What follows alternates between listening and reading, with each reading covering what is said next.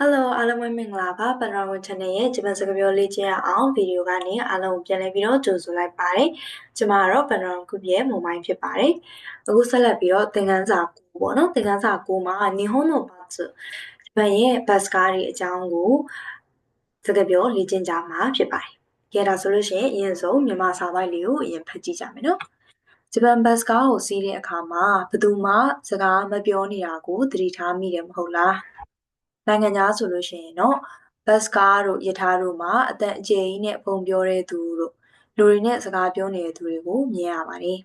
။ဂျပန်မှာတော့ဘတ်စကားမှာလည်းမကဘဲနဲ့ယထာမှာလည်းပဲအားလုံးကတိတ်တိတ်ဆိတ်ဆိတ်လေးနေကြပါတယ်။သတ်မှတ်ထားတဲ့စီမင်းစည်းကမ်းလို့မဆိုနိုင်ပေမဲ့ဂျပန်မှာကတခြားလူကိုစိတ်နှောက်ယှက်ပေးလို့မဖြစ်ဘူးဆိုတဲ့အသည့်နဲ့အားလုံးကနေစဉ်ဘွားကိုဖြတ်သန်းနေကြပါတယ်။အဲ့ဒါကြောင့်လူအများကြီးရှိတဲ့ယထာတို့ဘတ်စကားတို့မှာတိတ်တိတ်လေးနေတယ်ဆိုတဲ့ကိစ္စကိုကောင်းတယ်လို့သတ်မှတ်ခြင်းခံရပါတယ်ဆိုတဲ့ဂျပန်ရဲ့ဘတ်စကားနဲ့ပတ်သက်တဲ့စာပိုက်ကလေးဖြစ်ပါတယ်။ကဲဒါဆိုလို့ရှိရင်အားလုံးဂျပန်လိုပြောကြည့်ကြမယ်နော်။ဂျပန်ဘတ်စကားကိုစီးတဲ့အခါမှာဂျပန်ရဲ့ဘတ်စကားဆိုလို့ရှိရင်နီဟွန်နိုဘတ်ဆိုလို့ပြောပါတယ်။နီဟွန်နိုဘတ်ဆိုကိုစီးတာက norimasဂျီရှော့ဖောင်နဲ့ပြောမယ်ဆိုလို့ရှိရင် noru လို့ပြောရတယ်။အဲ့ဒါအောင်မှဝိဘတ်ပါထည့်မလဲဆိုတော့နီးထည့်ပါတယ်။ဘတ်စကားကိုစီးရဲဆိုလို့ရှိရင် basuni noru အဲ့တော့日本の basuni noru တဲ့အခါမှာလို့ပြောချင်ဂျီရှော့ဖောင်ရဲ့နောက်မှာတိုလိုက်ပြီးတော့ပြောပြရပါတယ်။သူက N5 မှာတော့ N5 ရဲ့အဆုံးနောက်မှာသင်ရတယ်ပေါ့နော်။တခုခုလုပ်တဲ့အခါမှာအမြဲတမ်းလုပ်တယ်ဆိုတဲ့ကိစ္စတခုအကြောင်းပြောမယ်ပေါ့နော်။အဲ့ဒီကိစ္စကိုအမြဲတမ်းလုပ်တယ်ဆိုပြီးတော့ပြောချင်ဂျီရှော့ဖောင်ရဲ့နောက်မှာတိုလေးလိုက်ပြီးတော့ပြောပြရတယ်။အဲ့တော့日本のバスに乗るとဂျပန်ရဲ့ဘတ်စကားကိုစီးတဲ့အခါမှာဘယ်သူမှကိုဓာတယ်မို့လို့ပြောပါတယ်။စကားပြောတာကဟာနာရှိတဲ့အီမတ်စကားပြောနေတယ်။စကားပြောမနေဘူးဆိုလို့ရှိရင်ဟာနာရှိတဲ့အီနိုင်ဆိုပြီးတော့ပြောပါတယ်။အဲ့တော့ဓာတယ်မို့ဟာနာရှိတဲ့အီနိုင်အဲ့ဒါကိုကိစ္စဆိုပြီးတော့ထည့်ပြီးတော့ပြောပြရ။ဘာဖြစ်လဲဆိုတော့စကားပြောမနေတဲ့ကိစ္စကိုပေါ့နော်စကားပြောမနေတာကိုဆိုတော့စကားပြောမနေတဲ့ကိစ္စကိုဆိုပြီးတော့ပြောမှာမလို့ဒါတယ်မို့ဟာနာစတေအီနိုင်ကိုတိုအိုဘယ်သူမှစကားပြောမနေဘူးဆိုတဲ့ကိစ္စကိုသတိထားမိတယ်မဟုတ်လားသတိထားမိတာကခီကိုဆူကီမတ်လို့ပြောပါတယ်အဲ့တော့ဒီနေရာမှာတော့ခီဆုခုလို့ပြောလိုက်ခီဆုခုမဟုတ်လားဆိုရင်ဒေရှောဆိုပြီးတော့ဖြစ်ပါမယ်အဲ့တော့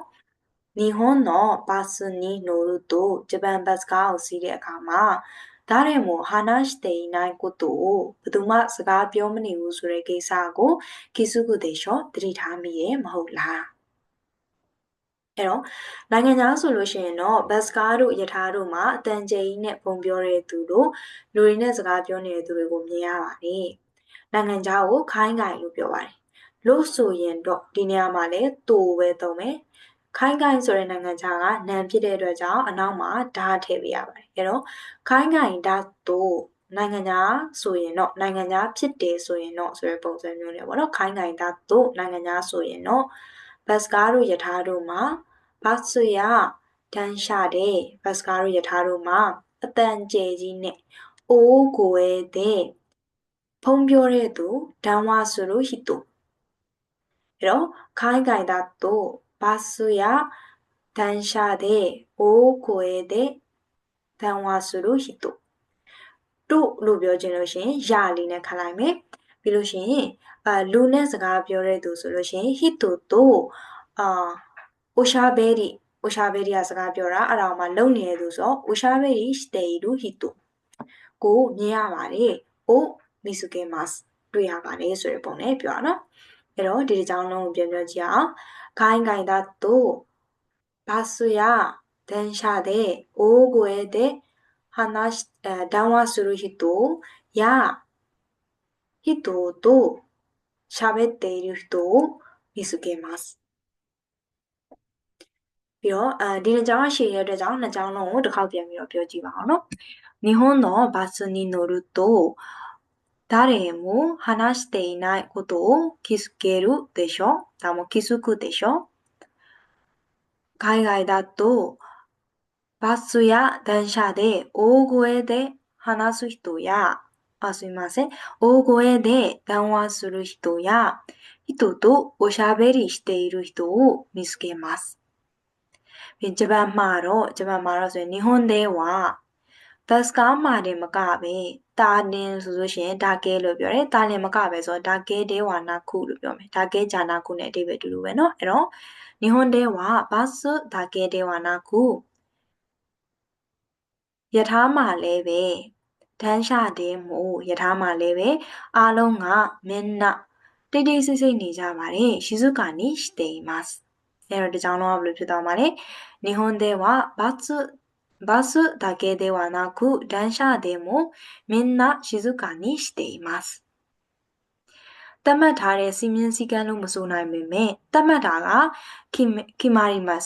အဲ့ဒါအောင်မှတာဖောင်ဆိုရင်ခီမာတာသတ်မှတ်ထားတဲ့စီမင်းစည်းကမ်းရူကမရှိပေမဲ့ရှိတယ်လို့မဆိုနိုင်ပေမဲ့ပေါ့နော်အဲ့တော့ရှိတယ်လို့အရင်ပြောမယ်ဆိုလို့ရှိရင်ကအာရုအဲ့တော့ခီမာတာရူကအာရုဆိုလို့ရှိရင်သတ်မှတ်ထားတဲ့စီမင်းစည်းကမ်းကရှိတယ်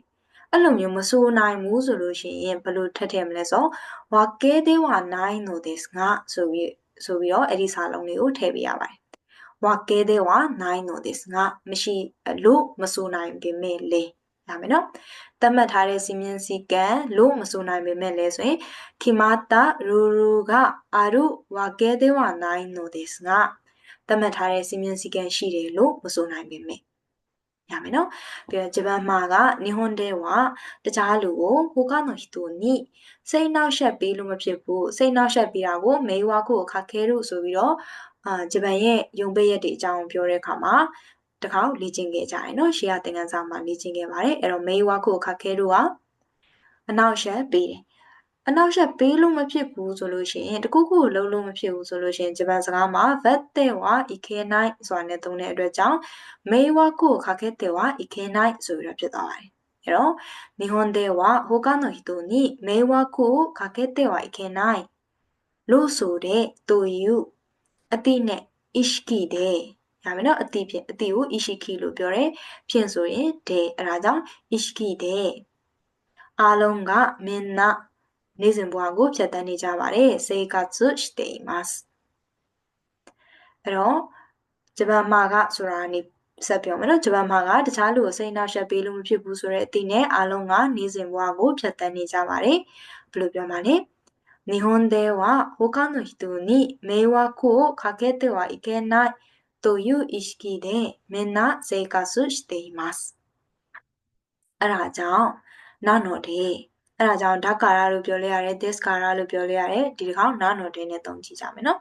နာနော်တဲ့အဲ့ဒါကြောင့်လူအများကြီးရှိတဲ့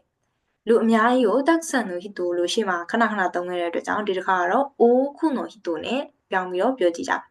အိုးခုနိုဟီတိုကရှိတဲ့ဆိုရင်ဤရုယထာတို့ဒန်းရှာရဘတ်စကားတို့မှာဘတ်စ်တဲဝတိတ်တိတ်ကလေးလုပ်နေတဲ့ဆိုတာကိုရှီဇုကာနိဆူရုတိုတိတ်တိတ်လေးနေမယ်ဆိုရင်ရမယ်နော်ရှီဇုကာနိဆူရုဆိုတာတိတ်တိတ်လေးနေတယ်အဲ့တော့ရှီဇုကာနိဆူရုတိုလို့ဆိုရဲဆိုရင်တိုယူလို့ပြောမယ်အဲ့တော့ရှီဇုကာနိဆူရုတိုယူနော်ကတာကကောင်းတယ်လို့ဤတို့သတ်မှတ်ခြင်းခံရပါတယ်စာရဲတေအီမတ်အဲ့တော့နာနော်တဲ့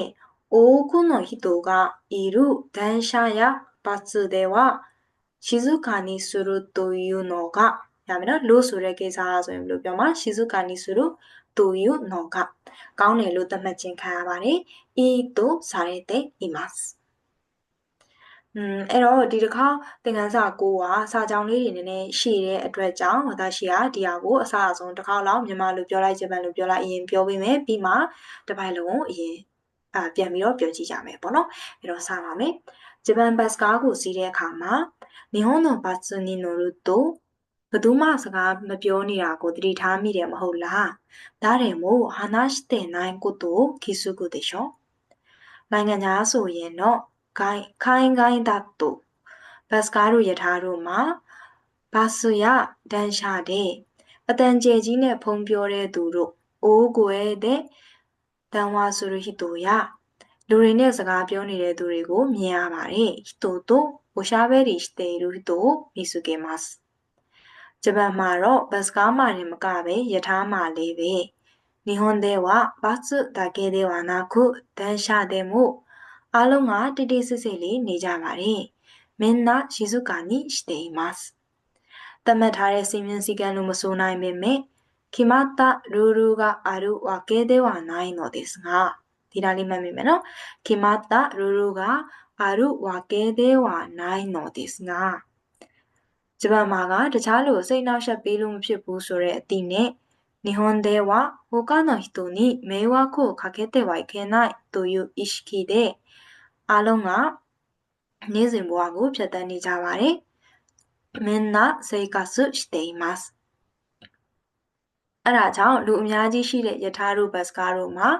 なので多くの人がいる電車やバスではတိတိတ်ကလေးနေတယ်ဆိုတဲ့ကိစ္စကိုကောင်းတယ်လို့သတ်မှတ်ခြင်းခံရပါတယ်။静かにするというのがいいとされています。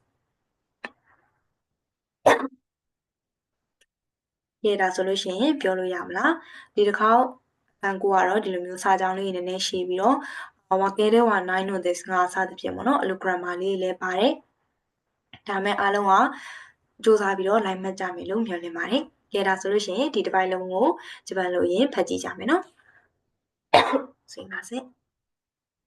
日本のバスに乗ると誰も話してないことを気づくでしょ